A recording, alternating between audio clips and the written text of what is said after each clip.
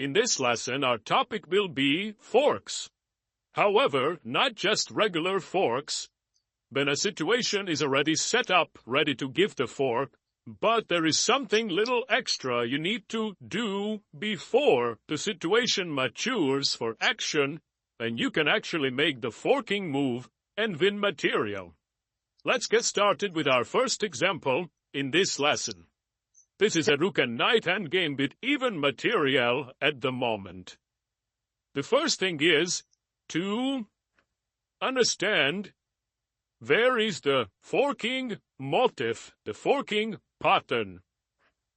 Hopefully, without spending too much time, you can figure out what we're trying to do. Now, after you realize what we're trying to do, the next step is to understand why it does not work right away. And then we can get to the final and third step, in that what can we do to get rid of that one little problem that's left that stops us from forking immediately. Okay, the answer to the first question is, the black king and black rook are situated in a way that if there wasn't something stopping it, the white knight could move to f6, attacking both those highlighted black pieces, chuck the black king, and if the king moves out of the chuck, then white would be ready to capture black's rook. The problem is that the black knight at the moment is guarding that spot, and if indeed white would play knight f6 right away, the black knight would capture it and say thank you. Well, let's go back, because white can do better. So thinking logically, we know what we want, we know what stops it, so what we need to do is chase away that defender. And the move is playing c4.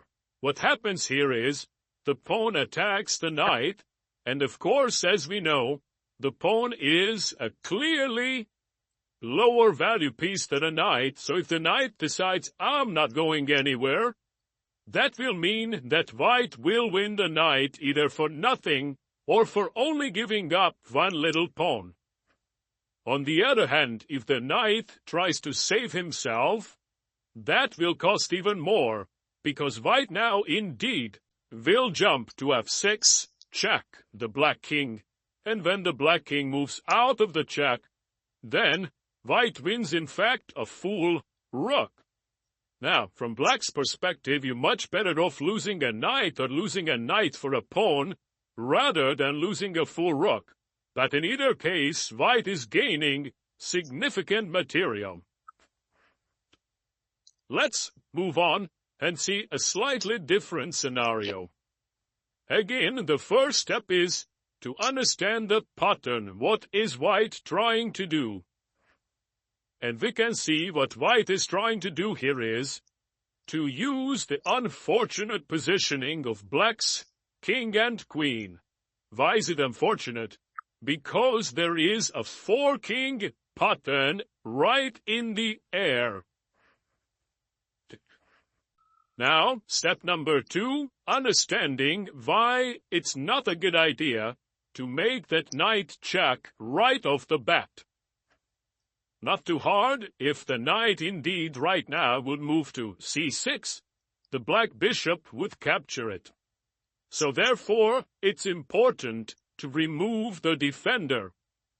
In this case, attacking the bishop with the pawn right away, like we did similarly in the first example, wouldn't work so well for various reasons. For one, the bishop could simply move away and still maintain the protection of the key c6 square. Moreover, black would do even better, because now black would have a forking opportunity to chuck and attack the right knight. So f3 would be, in other words, out of question. It wouldn't accomplish what we're trying to. On the other hand, there is a different element, and in this case it means a temporary sacrifice. White can sacrifice his most valuable piece, the queen. Look at that. White gives up a queen for just the bishop. Now again, if black does not capture the white queen, then it's end of story. White just won a bishop. At the same time, if the pawn captures the queen, then we accomplished our goal, and at the end of the deal, we can see that while both queens are gone, black's bishop is gone, the white knight is still on the board, so we can see that white gained material while trading the queens, and white is up an extra knight, and that pretty much guarantees an easy win, playing technically well the endgame. Let's move on, and here we are at the next example. Again, what I suggest you to do is, first, focusing in this lesson, look out where is a potential fork. Now, in some cases, there may be more than one such pattern. However, you have to be careful and look out how many times is the opponent protecting a certain square. If it's protected by 2 or more pieces, it's pretty much impossible to get away more than one defender in one move. So it's likely that it's not the right direction to go to. For example, in this case, you may think that it is the black king and rook, and the white knight could maybe go to a6 to fork them. However, you can see that black has a pawn guarding that square, as well as a rook guarding that square. So therefore, that a6 square is well protected. So it's really important to look out for a different pattern. Just because you see that, even though a pattern is there, there's nothing you can do about it, maybe you can look for a second opportunity. And in this case, the important ones are the fact that the king and the bishop are positioned the way they are, and white has a knight e6 check fork in the books. It's true that white could make that move in this position right away too, and then rook captures, then capture black's rook on b4, and white would gain material because they give up a knight but captured the opponent's rook. However, white can do even better in this case, and this is one of those examples when we're pulling a hand of a defending piece. The black rook right now on b6 has a dual duty. On one hand guarding their fork on the e6 square, and on the other hand is protecting his other rook on b4. The problem is that if white simply trades rooks on b4 first, then the rook had to prioritize and give up control of the e6 square, recapture on b4, making sure black doesn't stay behind the whole rook. But that meant that now the fork is ready, and black is losing a bishop for free after the black king moves out of the check. Let's keep going to see more examples. Here we are. Now this situation is yet a bit different.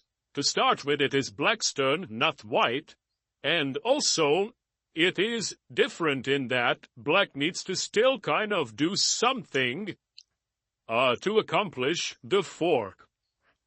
The immediate idea of coming down to d1 would be a simple blunder because the king is not forced to move out of the check, but white would just capture the rook for free, and that would be quite a suicidal move. On the other hand, black has the opportunity to remove the guard of the d1 square, and more importantly, by doing so, forcing a new white piece to the corner a1 square. While white important difference, that new piece that now is in the corner on a1 does not protect the d1 square. So therefore, black would simply come down with the rook. Check. Now ready, white has no choice but move the king out, and here comes the free bishop in the corner. Let's move on. Here we go. Now, in this position, you will need to use a little bit of imagination. First of all, I'd like you to establish where is the pattern that will cost black material. Remember, we're still thinking and talking about forks. And the answer to that first question is that the black king and queen are positioned on the same file. So what that means is that if the white rook could jump over the bishop and move to h4, that would be quite deadly for black. Why? Very important. Because white has a pawn on g3 that is protecting also that same h4 square. Okay, so far things are clear. The problem is white still has a bishop on c4, and obviously by the rules of the game, you cannot jump over your own piece. What can you do? If you simply move your bishop out of the way, for example, to b3, setting up this trap of next playing rook h4, that would give black the time to move either the king or the queen out of the h-file, and once they won't both be on the same file, black is off the hook. Therefore, it's quite important to make energetic moves. Remember, energetic moves are either checks, captures, or the attack of an enemy piece. So in this case, the most natural, simplest, and best move is for white to capture black's bishop. Remember, if black does not capture now white's bishop, then white won a piece. And of course, that's still the least of the damage that black can get away with. On the other hand, if the pawn does capture the bishop, then already we opened up the fourth rank. The bishop is no longer blocking the rook from swinging over to the other side, and therefore now comes rook h4. Check, very important. If the king moves, white just captures the queen. Therefore, the relative best response for black is to give up the queen for the rook, but then pawn captures queen, leaving white still with a full extra rook on the queen side. Let's continue and move on. Here we are. Now, here again in this position, we need to use imagination. First, we need to establish what are we shooting for. What is our goal? Where is that potential fork? Well, that potential fork has the ingredients of black's king and rook. Now imagine if the white queen could capture his own pawn, that would mean that the black king would end up being in a check, and the black rook would be attacked at the same time. But by the rules of the game, you were not allowed to capture your own pieces. So the question is, what can you do to move that piece out of the way, clearing the d4 square for your queen?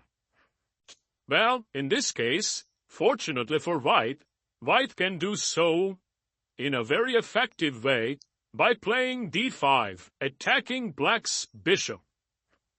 The bishop is attacked, and now black has to choose either giving the bishop up or allowing the fork, which is not a pleasant choice. Again, the lesser loss is to give up the lower value piece, which is the bishop. But that, of course, is also a major loss. And on the other hand, if bishop moves away, then comes the fork, check. And when the black king moves out of the check, simply queen captures rook, and black's position is rather hopeless, having only a bishop for white's queen.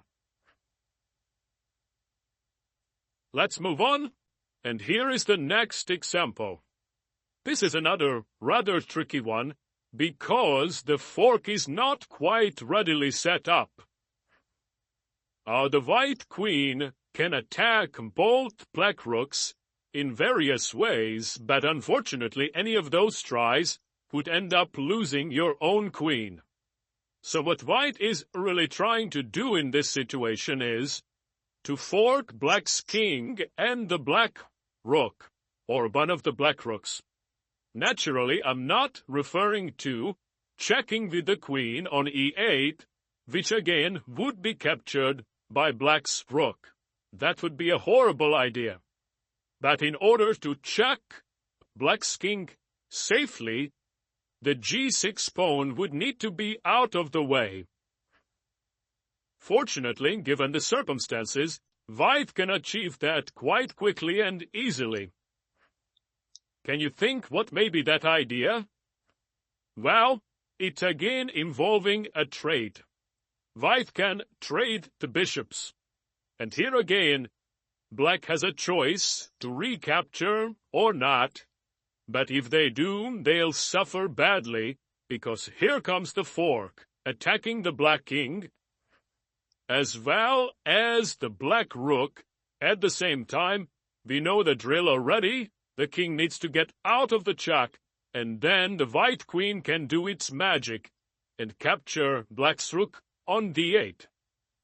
Of course, just as in some previous examples, black is better off avoiding losing the rook and rather live with losing the bishop that white just captured. In either case, white has won significant material. And let's move on. Here we are. Now this is another tricky example because the forking pattern has not been created yet at all. So white needs to force black into a fork first. In this endgame, materially speaking, black is up a pawn. The black queen is protected by the bishop, so therefore it seems that things are under control. Yet they are not. When you have a knight and the opponent has a king and queen, it's oftentimes a very dangerous setup. And oftentimes it is possible to force the enemy king onto a fork. While it's true that the black king and queen, even right now, are in a potential forking situation to a white knight, for example, if the knight could go to g6 or e6. But that is quite impassable. In fact, if you try to look, you will realize that to get to either of those two squares for the white knight, it would take at least 3 moves. And that, of course, is too slow. White cannot accomplish that. However, white is able to force the black king to a different forking pattern. And imagine if the black king right now would be on e7 and not on f8. Well, then already the white knight would go to d5 and attack the king and the queen. But how do we force our opponent to that square? Let's try a check here on c8. Well, it invites the black king to e7, but also leaves the option open to go to f7. And then we're not talking about any kind of fork, and it is black who is better. So therefore it is absolutely essential to give the check from the other side, from g8. Why? Because this limits black's options to a single option, and that is to move to e7. With a king, and then comes knight e5, fork. And even though the bishop is protecting the queen, white has gained significant material advantage, and it's not hard to believe that a queen will win even though black still has a bishop left on the board. Let's move on. Here we go. Well, here again it's a situation that if you look carefully, you realize the forking potential. So that's step number 1. And here we're involving a new piece that yet none of the previous 8 examples included. Can you figure which white piece that is? And that is the white bishop. With that hint, hopefully, you can figure out the answer into what are the 2 black pieces that will be involved in the fork. And yes, those are the 2 black rooks. So now we already know the 3 participants in the fork. The only thing left to figure out is where is the key square where the white bishop is forking. Well, that square is on d6, and then you will see that the bishop will be going in both directions towards the 2 black rooks. But there is still a problem. The problem is the white knight standing on the way. So therefore, what white needs to do here is, as usual, do a forceful move. Remember, forceful moves are either checks, captures, or attack of another strong piece. And in this case, it's a capture. It's a trade. And then when the black pawn recaptures, voila, here we are. The fork is ready. 2 of the black rooks are attacked, and one of them will be lost. Of course, given the fact that black's rook on f8 is still protected by his king, it is clearly safer to move the other rook, which is not protected at all. And now, finally, let's see the last example on the team of forks for this lesson. Here we are. In this endgame, white is up a pawn, but that may not be enough to win in itself. However, white can create a fork. At first, when you still have a knight on the board, you'd look, how can I fork with my knight? The knights are famous for how powerful they are when it comes to forking. Well, if you'll do the search, you realize that the knights doesn't have any good forks coming up. The only squares the knight could fork at, the 2 black rooks, would be an e7 or e3, but none of those squares are available for the white knight. And in fact, it would take a number of moves to get to either of those highlighted squares. So reality is that we want to involve a different piece in the forking. And that different piece is no other than this little pawn on e2. Aha, now we got it. If that pawn could go to e4, where our knight is at the moment, that would be forking the 2 black rooks. As we already know, we are not allowed to capture our own knight, but in this case, white has an excellent opportunity to make a forceful move, and with that, clear the e4 square. Well, I think you got this already. Again, we're dealing with a trade, and then fine, when black recaptures, here we go, here is the fork, and black will lose one of their 2 rooks. Of course, not recapturing would be the better option here for black, because it always is better to lose just a knight rather than a full rook. So therefore, black, for example, could move the rook away, but then the white knight will be free to go, and white would be happy with the material gain achieved. What we saw in all of these 10 examples is that there was a forking pattern, and we had to do something to make it work. The pattern was there right away, but it didn't work right away for one reason or another. I hope that this lesson gave you some more insight or little tricks on how you can gain material with the help of one of the most popular and common patterns in chess, the fork. In other words, when you attack 2 enemy pieces simultaneously. Thank you for listening, and be back next week for some more chess knowledge. Bye-bye. Thank you for watching the video. Don't forget to give us a like and subscribe.